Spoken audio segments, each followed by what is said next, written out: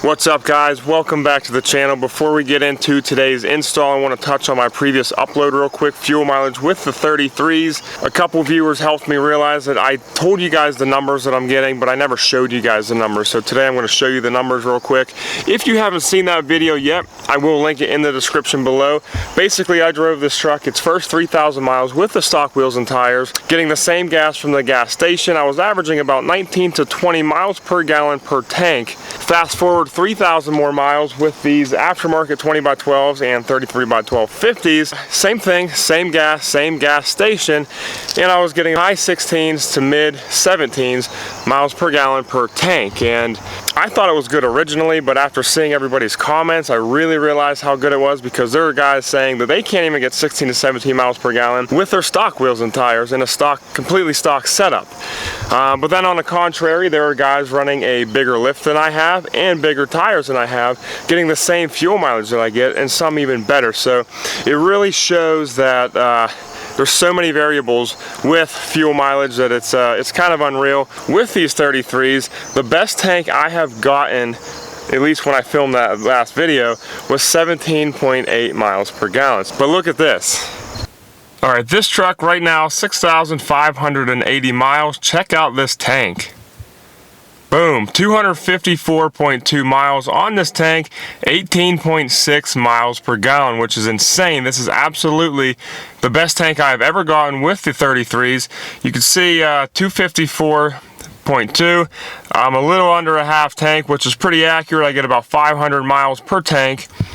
18.6 miles per gallon. And real quick, the engine light isn't on. There's not like a problem. The truck's just an accessory, and that light comes on. If I start the truck, that light will come off. But really, I'm getting this good of fuel mileage, I think, because of work. The last 14 days, I've worked 13 of them, and I've been driving to work at 2, 3, 4 o'clock in the morning. There's no traffic, no red lights. I'm driving casually, leisurely, at whatever speed that I want, and I pretty much never stop until I get to work. And that's all I've really done, this tank of gas. So 18.6 miles per gallon, it's kind of contributed to me just doing nothing but working in the past 2 weeks. So if I scroll down, trip B, 6,580.4 miles. That is the entirety of the truck, still sitting at 18.6 miles per gallon. Keep scrolling, I got about 200 miles to the tank. That sounds about right. And my last 50, 19.3 mile per gallon, my last 50 average, and I'm still sitting at 24.6 for my best. I did that best 50 with the stock wheels and tires. I have not yet come close to touching that. Alright, so let's get into the meat and potatoes of this video. I purchased a Tekonsha Prodigy P3 brake controller here for the truck. This is an LT trim model, so it did not come with a factory brake controller like the LTZs and the High Countries would. Right here where I keep my change, this is where the factory brake controller does go on the higher trim models. I'm not sad that I don't have one, because on the 5th generation Silverado and Sierra forum, out of the 30-some thousand people that are a part of that group, a lot of people say that factory controller really doesn't even work that great, that they also purchase an aftermarket one to override that. So I purchased the best one that everybody is constantly talking about, this Tekonsha P3. I bought this from E-Trailer, believe it or not. They had the best price at the time. Amazon also has it, but I had good luck with them. I also purchased a plug-and-play wiring harness. Now, if your truck did not come with the factory trailer brake controller, it did come with a wire harness. This part here plugs right into the harness up underneath your dashboard, and then you can see you can hardwire. I don't know if you can see, the camera's not focusing too well, but it comes with all the wires that you would basically hardwire into a brake controller. But for 12 bucks, this is plug and play on both ends, so we'll do it that way. Okay, so this comes with a nice little pouch here. Your brake controller sits in this pouch. Here she is right here. You do have a manual override, which is pretty cool.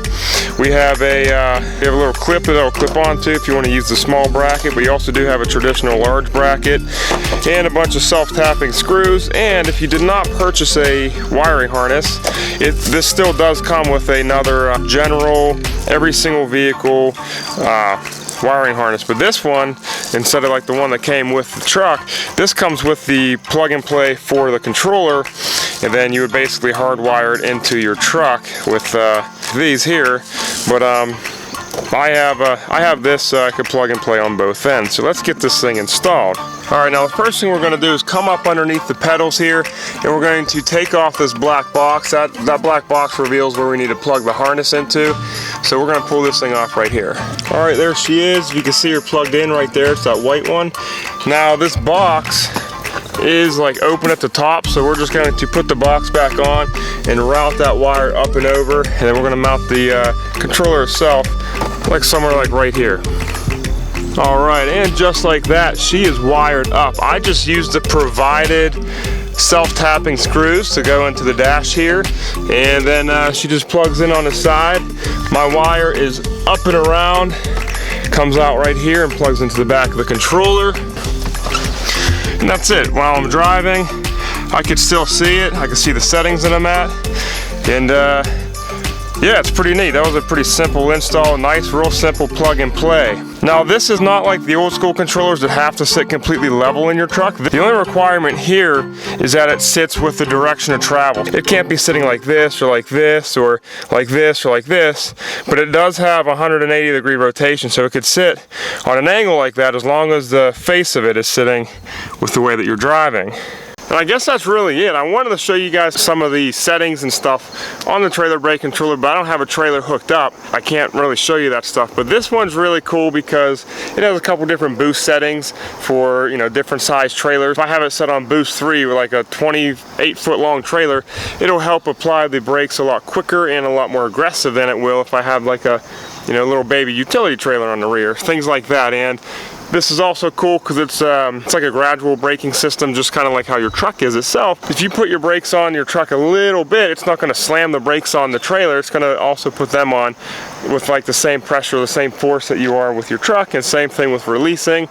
This thing has a really good sensor for acceleration and deceleration, so it knows how to kind of control the brakes there, and so on and so forth. So we're going to be testing this thing out here soon. I am going to be hauling my my Grand Cherokee. A buddy bought my Grand Cherokee, so we're going to haul it to his place here in the next couple weeks, and then I'm moving. So I believe I'm going to be borrowing an 8x24 foot long enclosed trailer that weighs like 3,500 pounds light. So we'll get to play around with the controller, play with the settings a little bit, and you know, kind of see how it does here in the next couple weeks. Let me know down in the comments what you use. Do you use a Tekonsha Prodigy P3? Do you have one of its predecessors? Or, you know, let me know what you got. Like the video if you like the video. Please subscribe if you're not a subscriber already, and I'll see you guys next week.